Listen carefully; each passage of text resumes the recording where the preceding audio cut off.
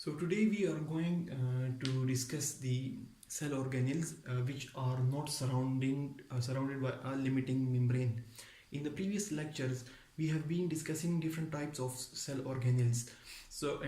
At the start we discussed that there are some types of cell organelles which are surrounded by a membrane. We discussed that nucleus, endoplasmic reticulum, Golgi apparatus, and mitochondria. They are different types of organelles which we have discussed in the previous lectures.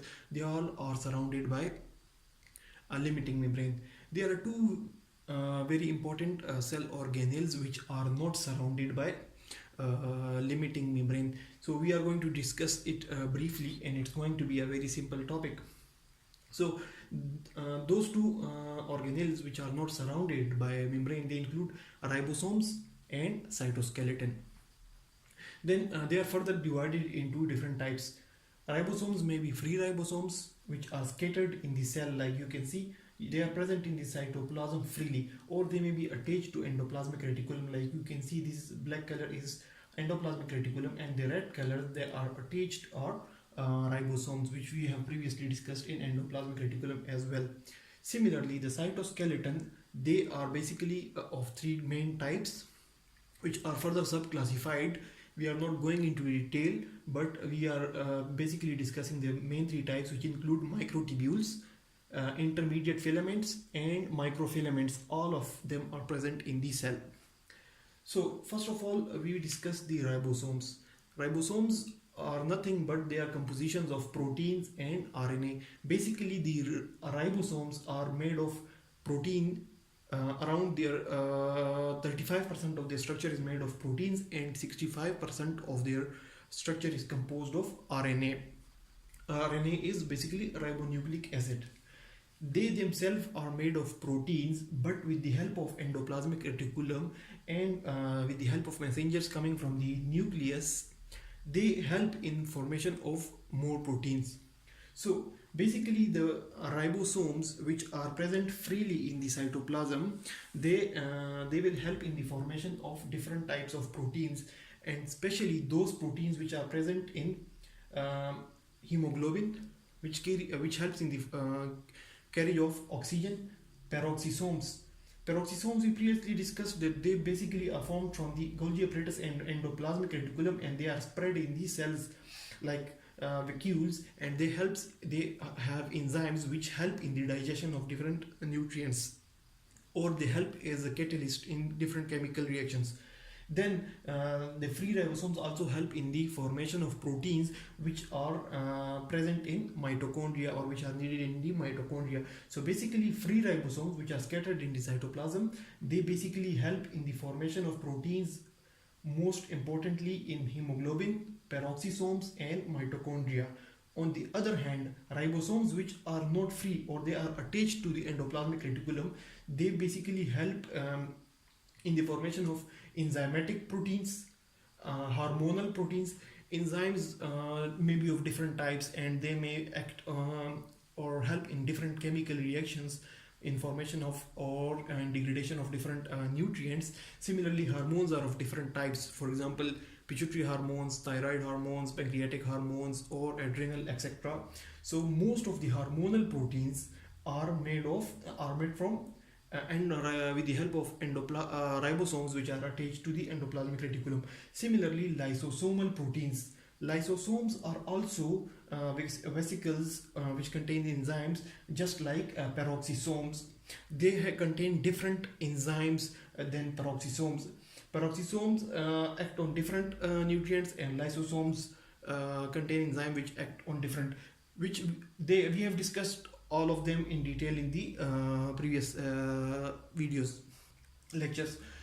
Then ribosomes attached to the endoplasmic reticulum also help in the proteins, formation of proteins. They are present in cell membrane. So you can see this is cell membrane.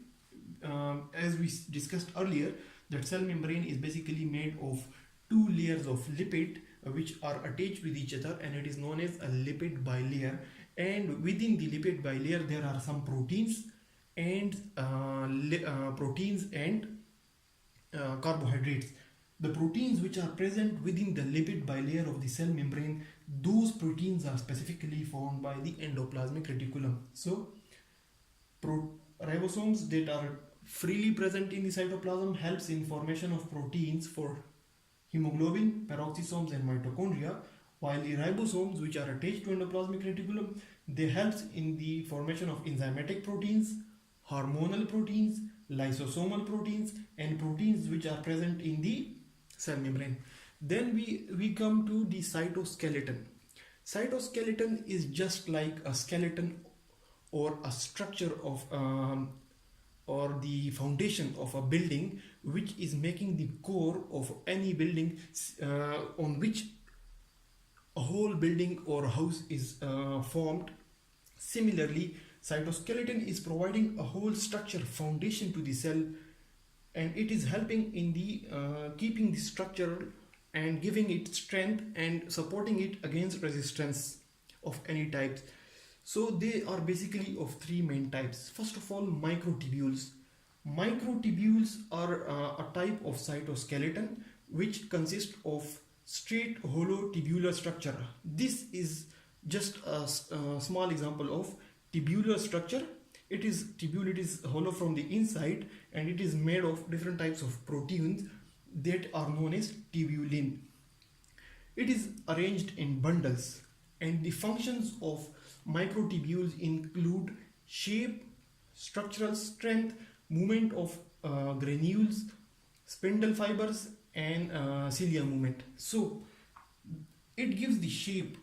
Any cell which may be longitudinal, cellular or polygonal, any shape, it is basically maintained with the help of microtubules. Similarly, the strength to the cell is provided by microtubules.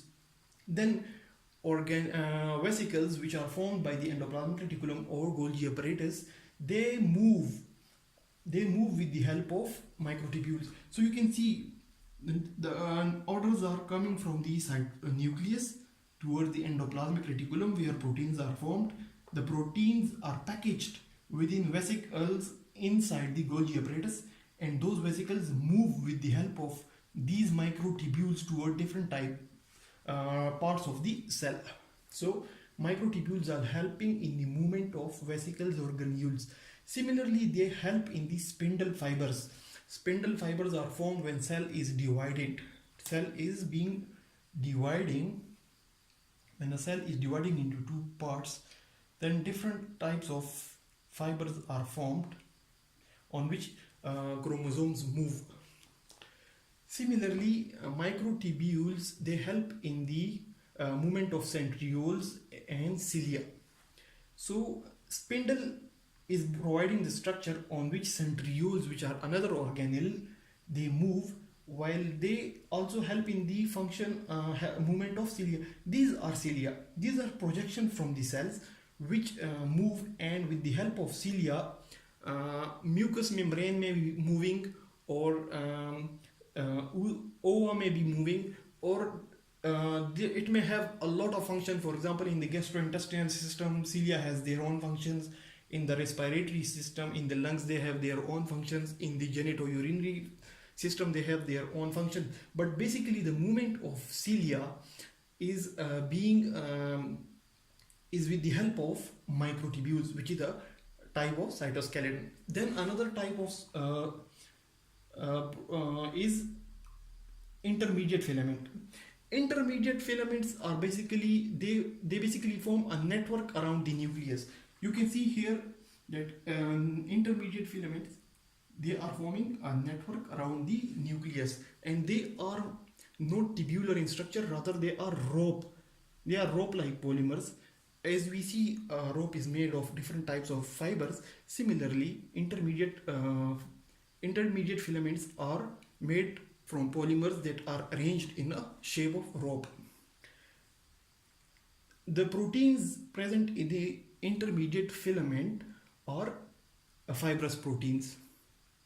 The proteins in microtubules were tubulin, while the proteins in the intermediate filaments are fibrous proteins. Fibrous proteins have their own classification. We are not going into the detail, which we will discuss later on.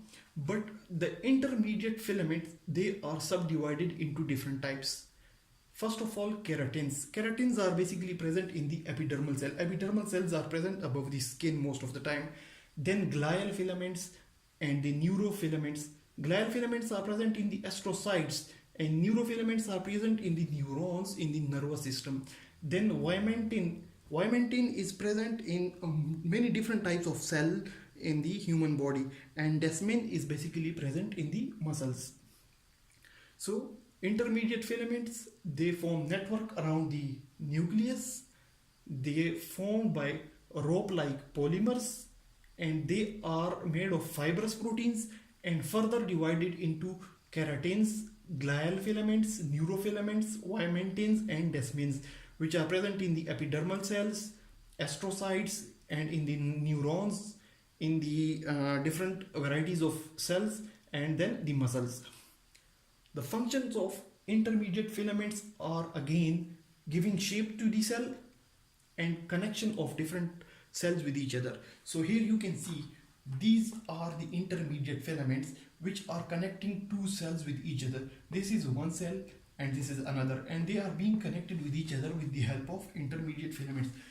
Although they are not the only connection between cells, there are a lot of other things which are connecting the cells, but the intermediate filaments are one of the connections. So you can see here different cells are being connected with each other with the help of intermediate filaments. Then the microfilaments. Microfilaments are long fine thread-like structure. They are made of tubular proteins and they are present throughout the cells. They are present in the throughout the cells, and like microtubules, they are also made of tubular proteins. Their function is to provide structural strength to the cell. When they are present in the cell has some strength. It is not collapsing, it is got some specific structure, and it provides resistance against any pulling force. If from the outside some cells are compressing, or with the help of some outside forces are distorting the shape of any cell, then these microfilaments will help maintain the shape of the cells in the original position. And finally, cellular movements are basically due to the microfilaments. For example, if a cell is moving, then it will be due with the help of microfilaments. So microtubules basically provide shape, structural strength, movement of the granules or vesicles, and movement of spindle and cilia. Similarly, intermediate filaments, they are of different types. They basically give shape to the cell and they connect different cells. And microfilaments, they provide structural strength, resistance against pulling forces, and they help in cellular movements. While microtubules are made of tubulin, the intermediate filaments are made of fibrous protein, and microfilaments are made of tubular proteins, once again, which we will discuss in detail in the coming lectures. So that's all for today. Thank you.